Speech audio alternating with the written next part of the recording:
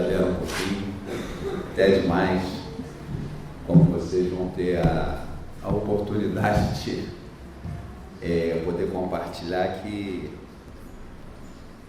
a gente, diante de fatos, a gente tem que ceder, né? A gente está sempre aprendendo coisas, né? Bom dia a todos, feliz sábado. Agora mesmo eu aprendi com o Vando como é que a gente faz para colocar um programa para rodar. A gente tem muito... o conhecimento é como o ar que a gente respira, né? Então a gente está sempre procurando aprender e desenvolver. É tão bom a gente ser instruído, né? Na Bíblia a gente encontra o manual de instrução para a vida. Então, a gente normalmente compra, hoje em dia tem tantos aparelhos, né, tecnológicos e tudo. Estou diante de um aqui agora, né, e imagina se o aparelho vem sem manual de instrução, né? Então basicamente nós somos criaturas criadas por Deus que, se a gente também não tivesse um manual de instrução, a gente não ia saber como é que funciona, né? A palavra Torá, né, que são os 5 primeiros, a base de toda a Bíblia, né, são os 5 primeiros livros de Moshe, né, de Moisés, que a gente chama também de Pentateuco. A palavra Torá do hebraico, ela significa instrução, né? Então é a instrução de Deus para o homem. Deus não deixou o homem, né, perdido no tempo, no espaço, sabendo o que vai acontecer contigo. Hoje mesmo a gente comemora esse dia, né, no sábado, quando Adão, né, ele foi criado e assim criado, Deus não deixou ele solto lá, vai passear aí nesse jardim que eu vou fazer outras coisas, tem outras coisas para fazer, né? Não, Deus passou justamente o sábado com o homem e a mulher que ele tinha criado, né?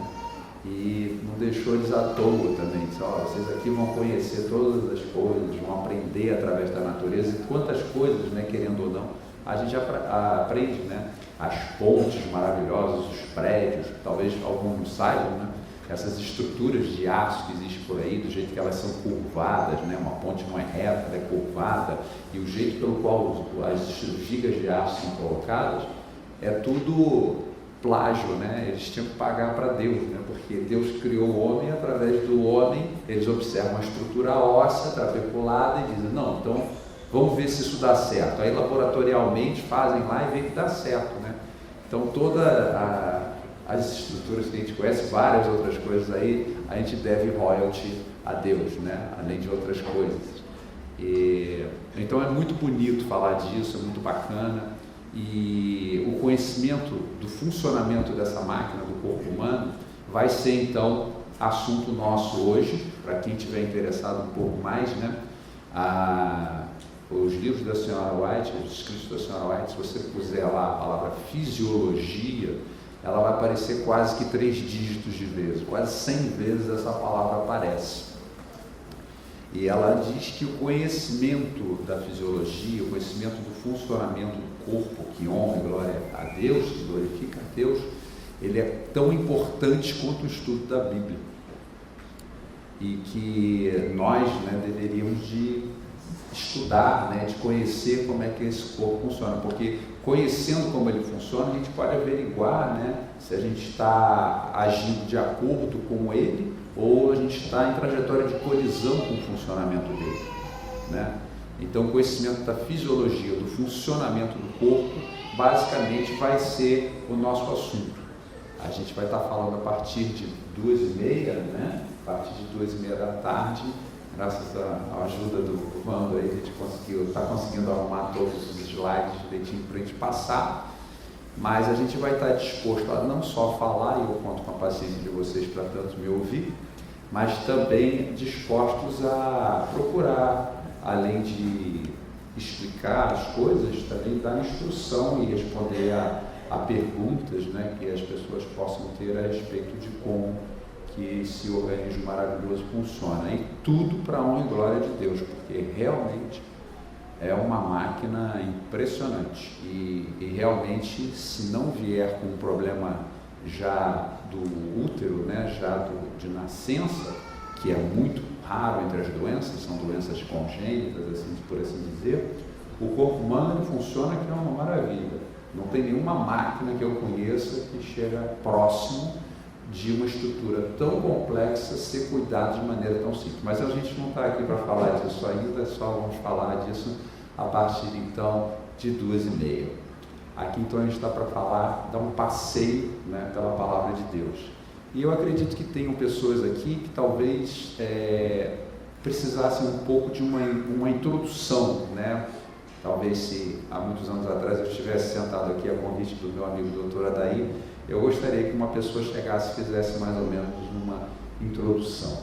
Então a gente vai procurar fazer uma introdução do que é toda essa história, do que é tudo isso de Deus, do homem, essa relação, a criação da humanidade. Então fiz assim um pequeno resumo, coloquei assim: desde o princípio, Deus tem demonstrado seu profundo anseio por nossa existência. Por amor, o Senhor criou a humanidade e propôs um contrato ou uma aliança com ela. Para quem gosta, isso está escrito no Gênesis capítulo 1, versículos 27 a 30. Né? Em suma, Deus garantiu o seu sustento, o nosso sustento, através das bênçãos do dia, da noite, a luz do sol, da lua e de mais astros, e a agradável companhia dos animais.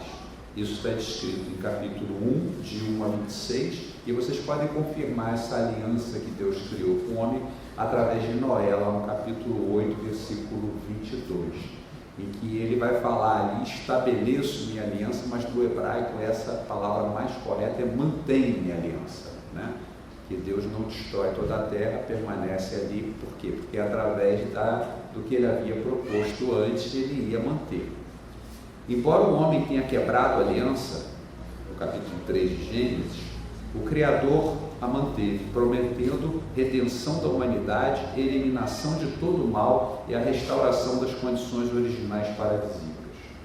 É aquela promessa descrita em Gênesis 3,15, né?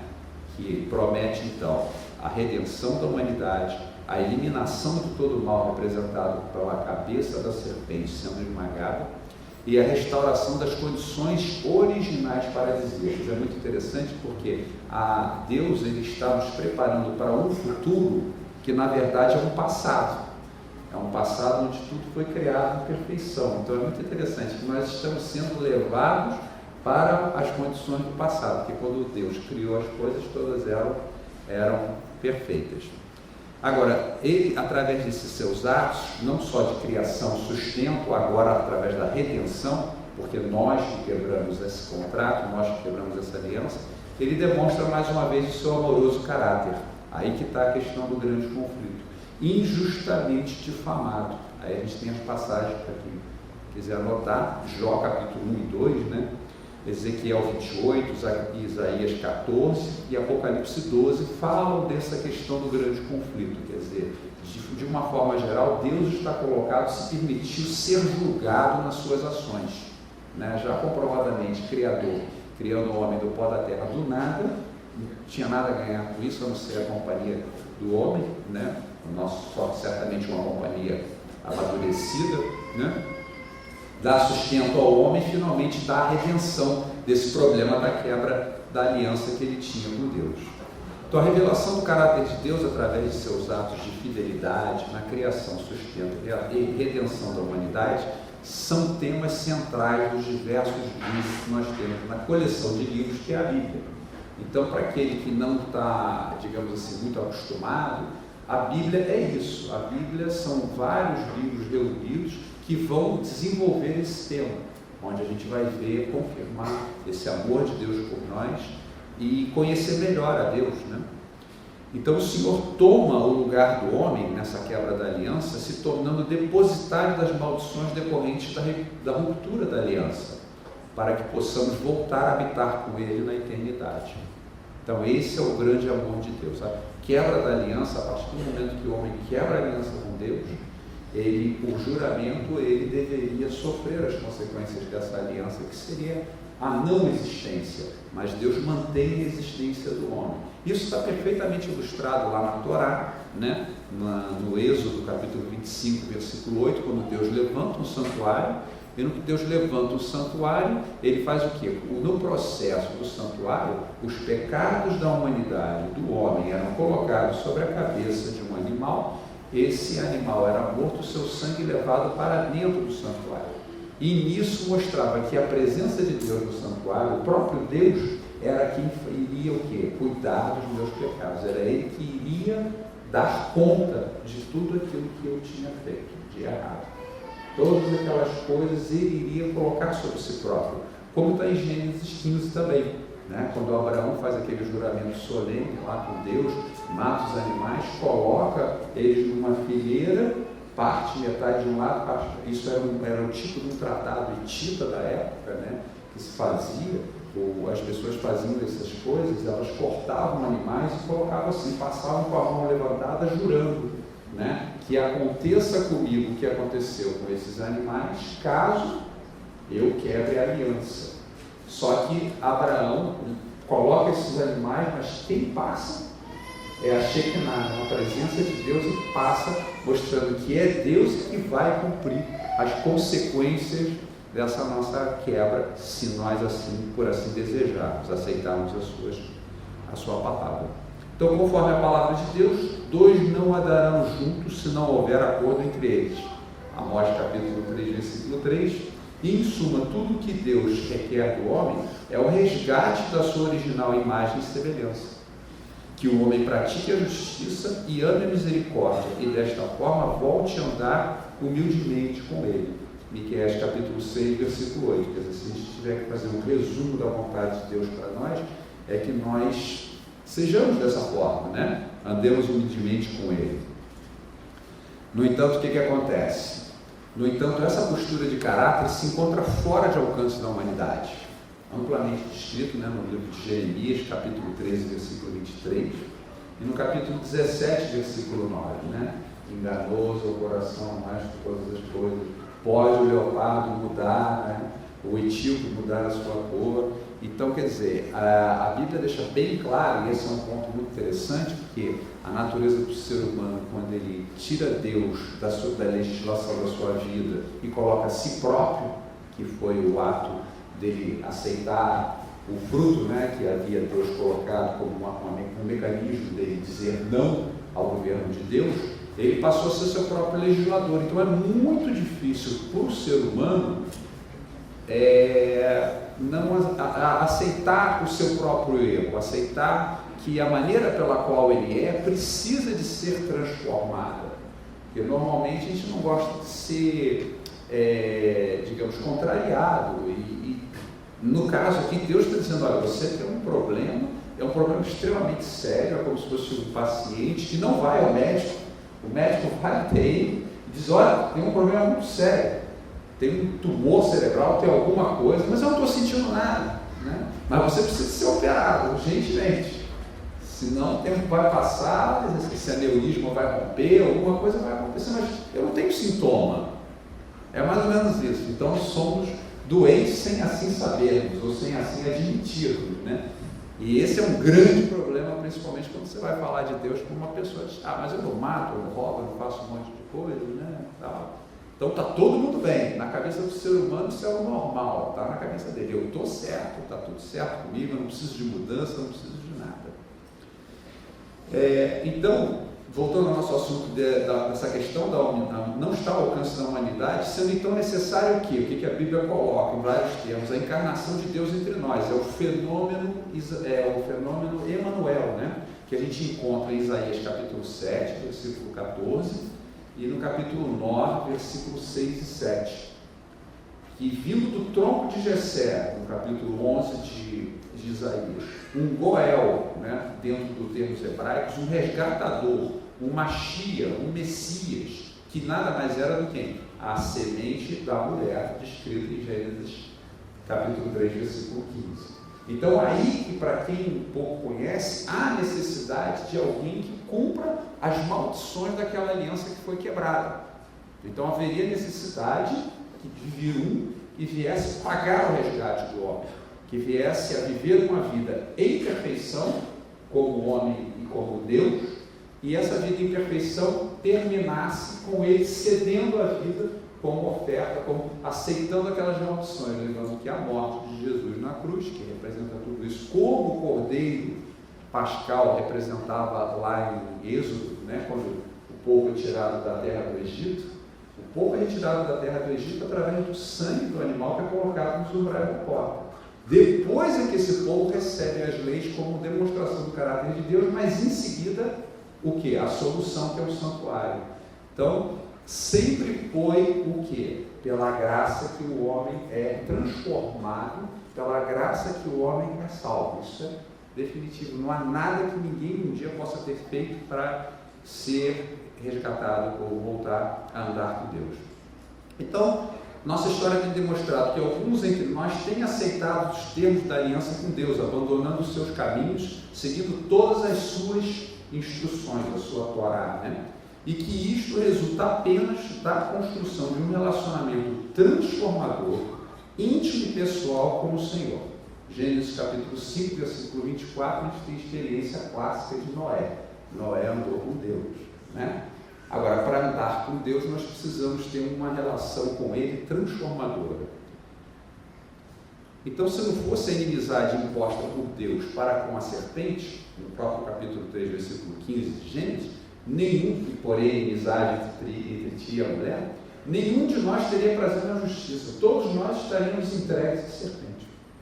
Então, segundo Paulo, que natureza seria essa? Em sua carta aos Colossenses, capítulo 3, versículo 5.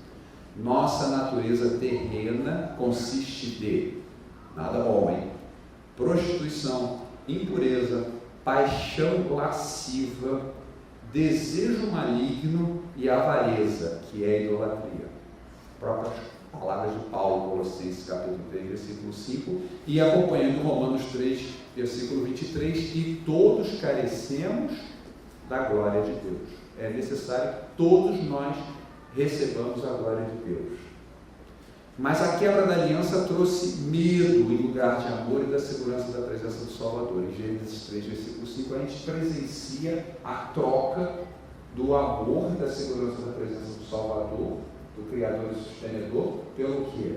O medo, né? O pânico. Nós saímos correndo, pecamos, né? Nos vemos nus. E Deus vai lá, né, não fica chateado com a gente, vai atrás, já tinha esse plano há muito tempo, e vai ao homem e diz: o que fizeste? E quem te disse que você estava nu? Então é Deus que procura a gente.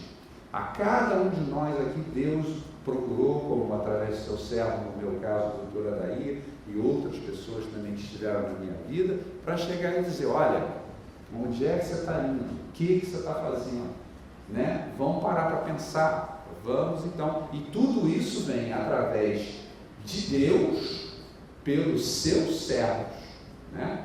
Então os servos do Senhor são abençoados para abençoar a outros, eles têm luz para levar luz a outros.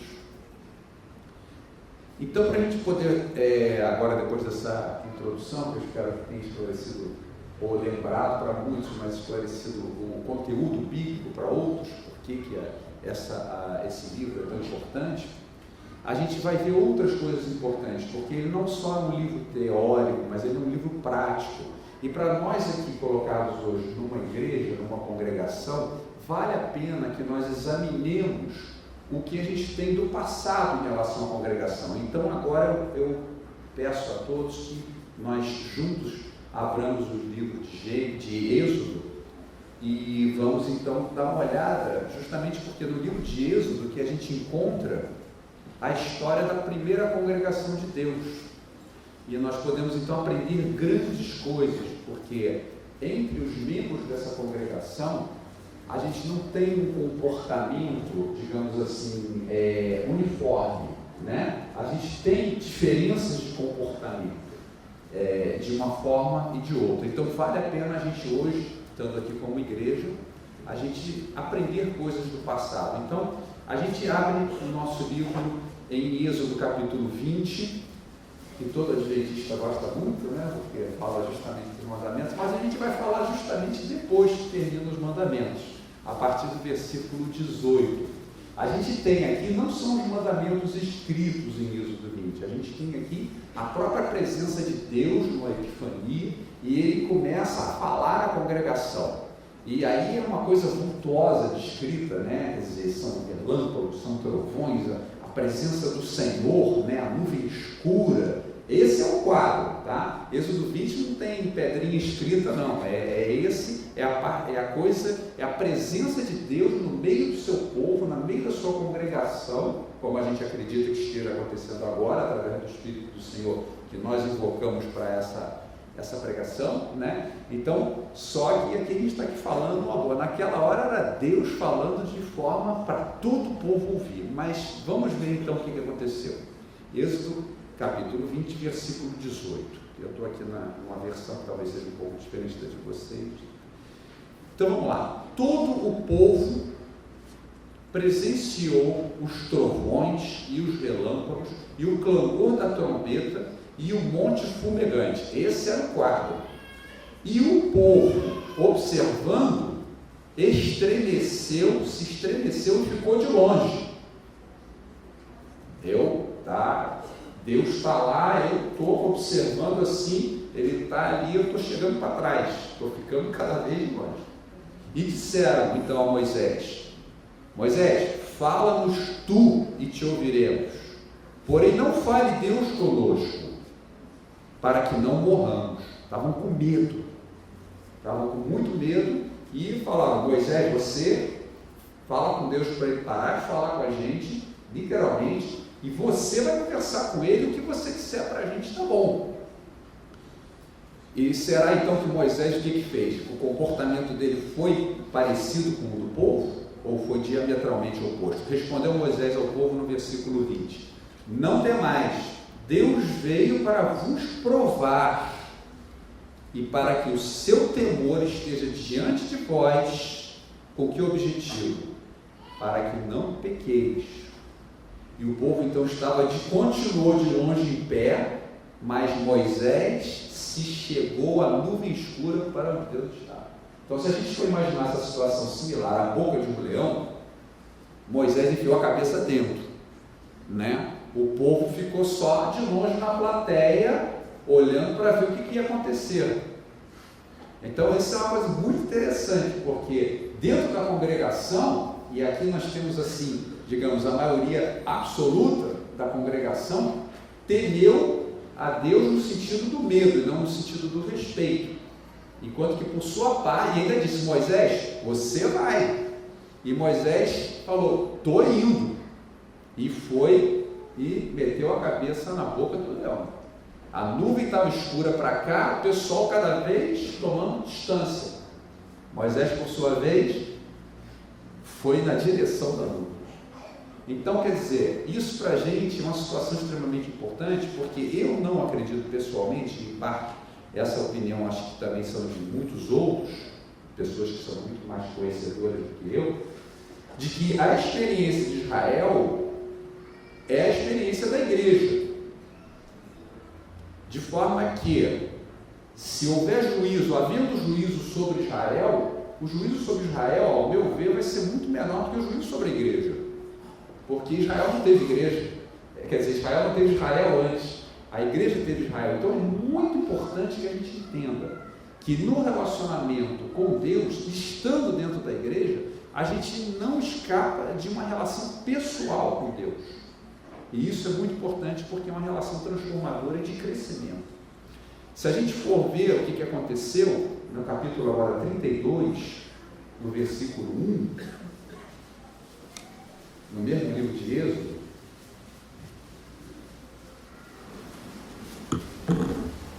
a gente vai observar o perigo da gente querer conhecer Deus através de uma outra pessoa e manter esse relacionamento distante com Deus.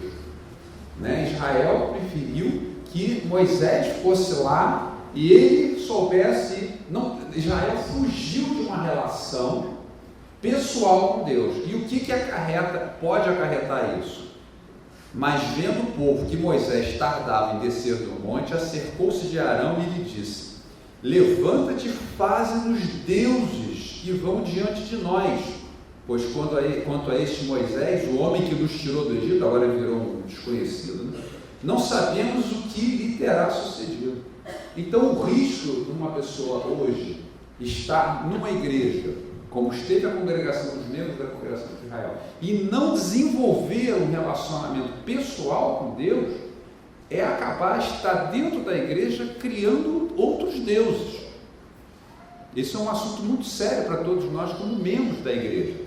Nós não podemos fugir de uma relação pessoal para com Deus, porque através da própria Bíblia que nos demonstra que a relação pessoal com Deus é o que Moisés teve. E o povo que ficou esperando Moisés e não teve uma das características de Deus, que é paciência para esperar Moisés, Moisés não subiu ao monte e disse: vocês ficam aí à toa, não precisa fazer nada não, fica aí à toa. Não, ele falou que eles tinham que estar em santificação. Então, ao invés de procurar santificação na presença de Deus, que concede por toda graça, amor, sabedoria e paciência, buscaram seguir sua própria natureza, criando seu próprio Deus. Enquanto isso, o que aconteceu? O caminho de Moisés seguia de forma oposta, em direção ao Senhor. E a experiência que a gente vai ter de Moisés está no capítulo 34, versículo 5, né? Em que a gente vê em que o povo cada vez mais se afastava de Deus, porém um povo religioso. Isso que é importante.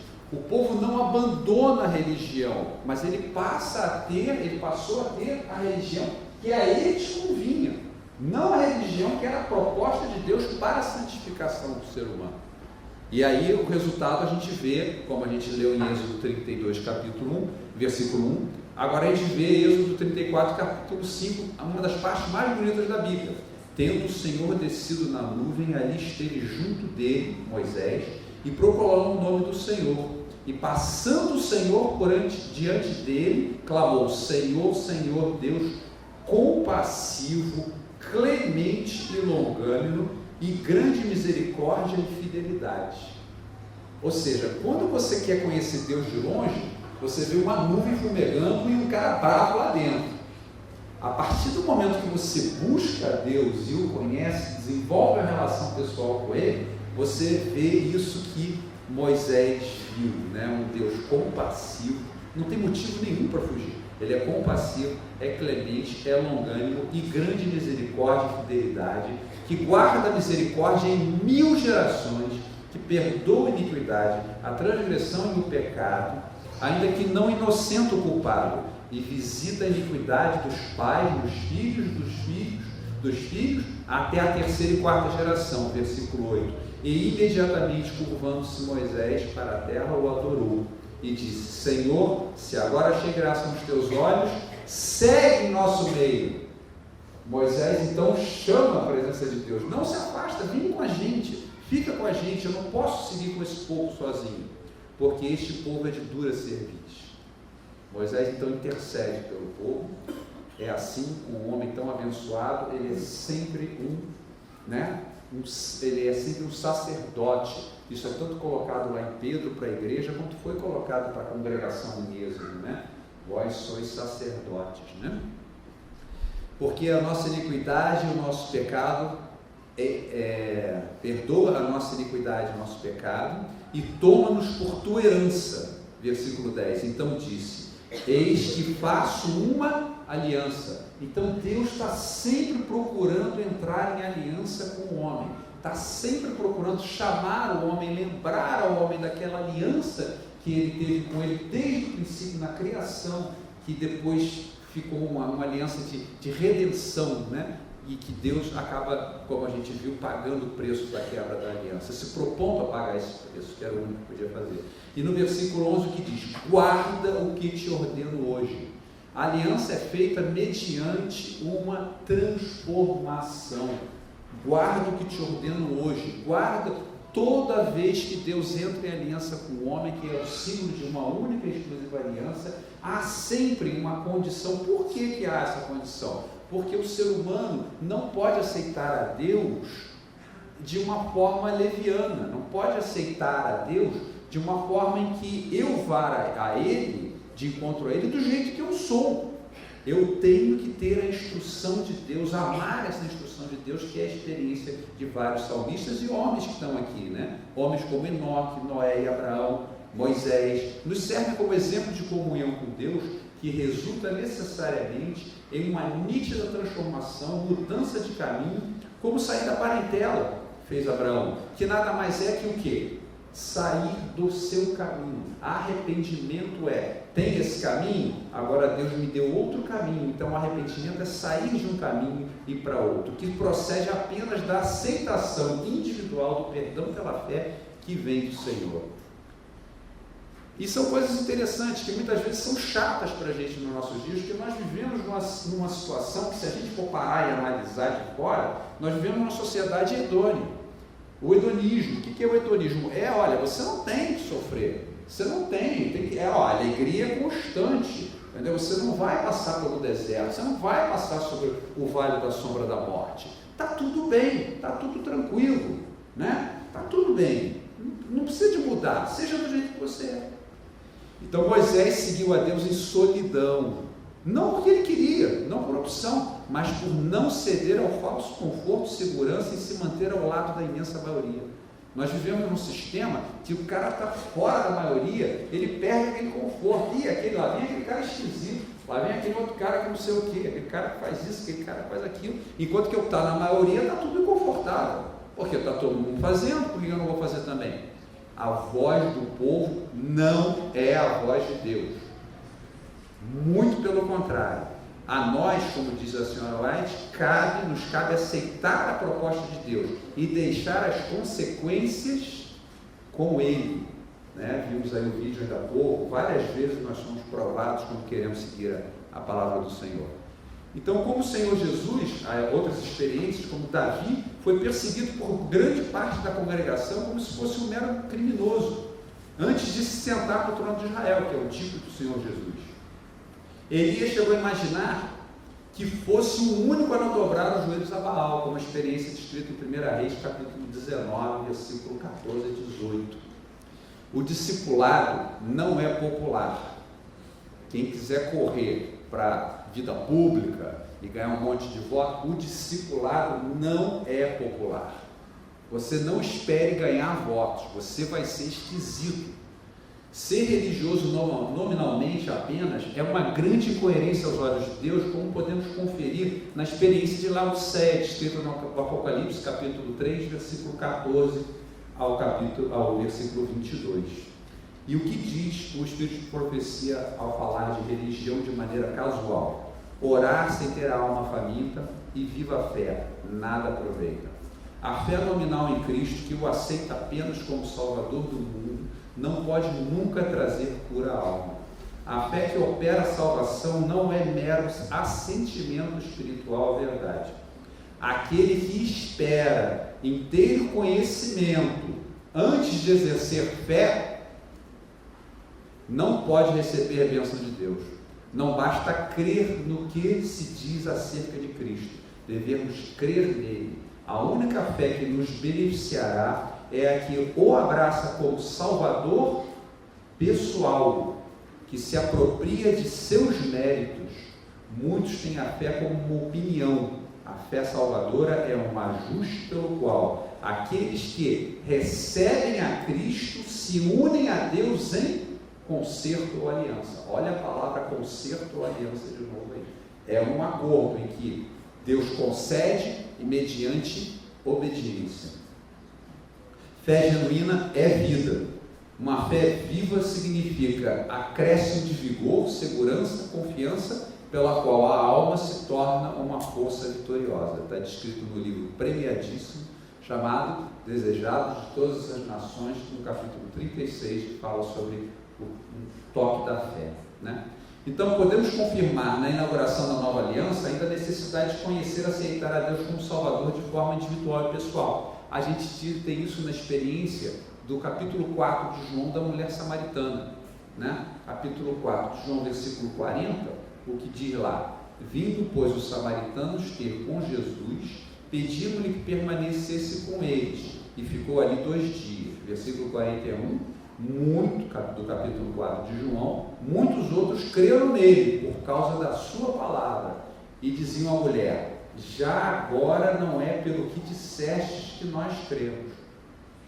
A experiência de Moisés aí. Moisés agora é colocado de lado e o povo realmente vai conhecer a Deus. Os samaritanos colocam a mulher samaritana de lado e realmente vão confirmar, ter uma experiência pessoal. E o que eles dizem no final? Mas porque nós mesmos temos ouvido e sabemos que este é verdadeiramente o Salvador do mundo. Os samaritanos eram rejeitados, né? Então os samaritanos, ao ter contato com Jesus, né, não participavam mais dos cultos em Israel, né, no reino de Judá, né, os samaritanos, como a gente sabe da história. Eles adoravam lá no Monte Gerizim, era outra coisa e tal, e eles passaram então a ter experiência pessoal com o Salvador, levados pela mulher. Mais uma vez tiveram a experiência pessoal com o Salvador. Não é mais através da tua experiência, mas através da nossa experiência.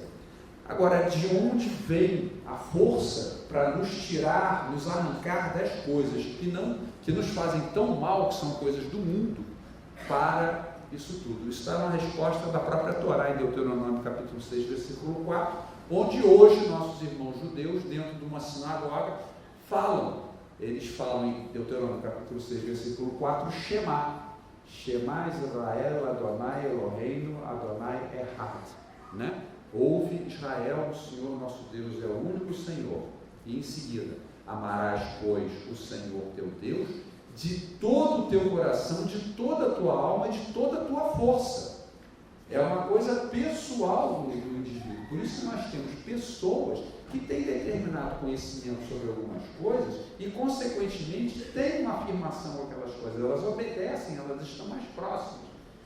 Isso que é o bonito na igreja, porque cada um de nós, um dia, um sábado, uma quarta-feira ou um domingo, sobem aqui ao púlpito para falar da sua experiência. E isso engrandece toda a igreja. Então isso é muito interessante, porque essa força individual que cada um tem, vem também do relacionamento que essa pessoa tem com Deus dentro daquela área específica. Porque assim diz o Senhor: não se glorie o sábio na sua sabedoria, nem o forte na sua força, nem o rico nas suas riquezas, mas o que se gloriar, glorie-se nisto, em me conhecer, a saber que eu sou o Senhor e faço misericórdia, juízo e justiça na terra, porque destas coisas me agrado, diz o Senhor. E ainda prossegue ele dizendo: esta é a palavra do Senhor a Zorobabel, nem por força nem por poder, mas pelo meu Espírito, diz o Senhor dos Exércitos. Jeremias capítulo 9, versículo 23, e Zacarias capítulo 4, versículo 6. Portanto, essa é uma experiência pessoal de cada um. Nenhum irmão dentro da igreja pode classificar ou julgar a relação que um outro tem com Deus. Isso é uma coisa pessoal de cada um. Entende? Então, muitos irmãos têm uma relação diferente com relação a uma determinada parte do conhecimento e outros têm outras. Isso não pode servir aos olhos de uma pessoa qualquer julgar esse tipo de ação que cada um tem.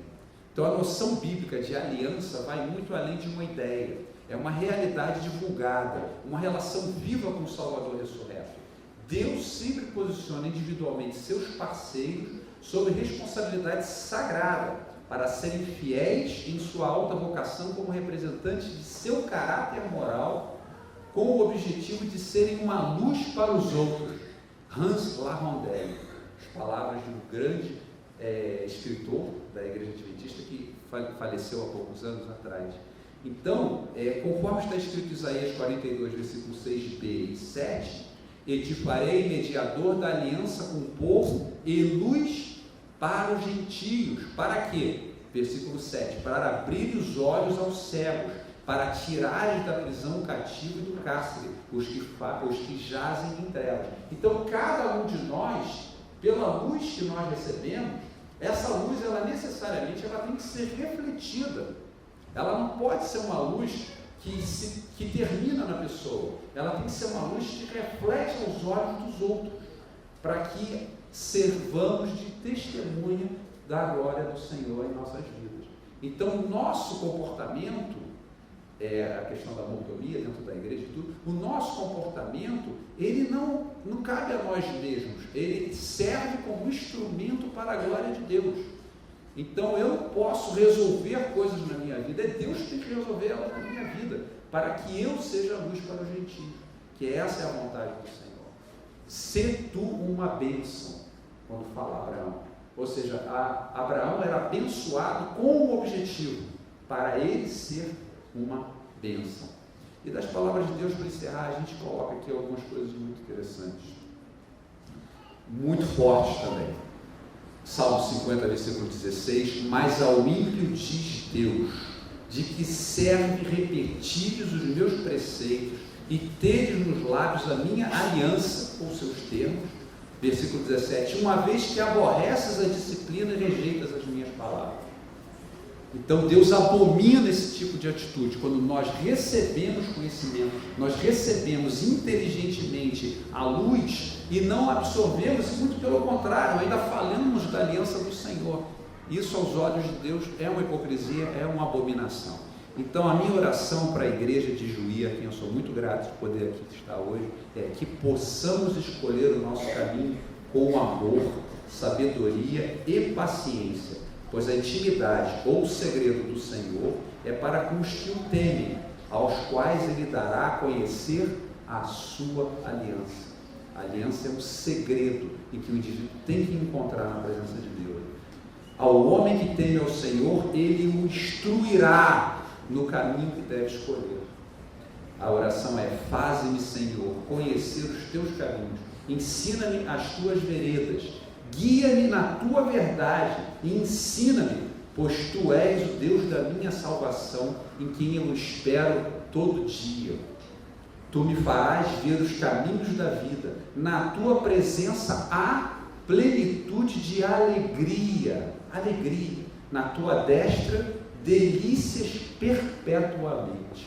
Salmo 25, versículo 14, 12, 4 e 5, Salmo 16, versículo 11. Que essa seja a nossa alegria, estar perpetuamente na presença do Senhor, onde haverá muita alegria, deleite, de forma provisória, não, de forma eterna. Amém. Obrigado.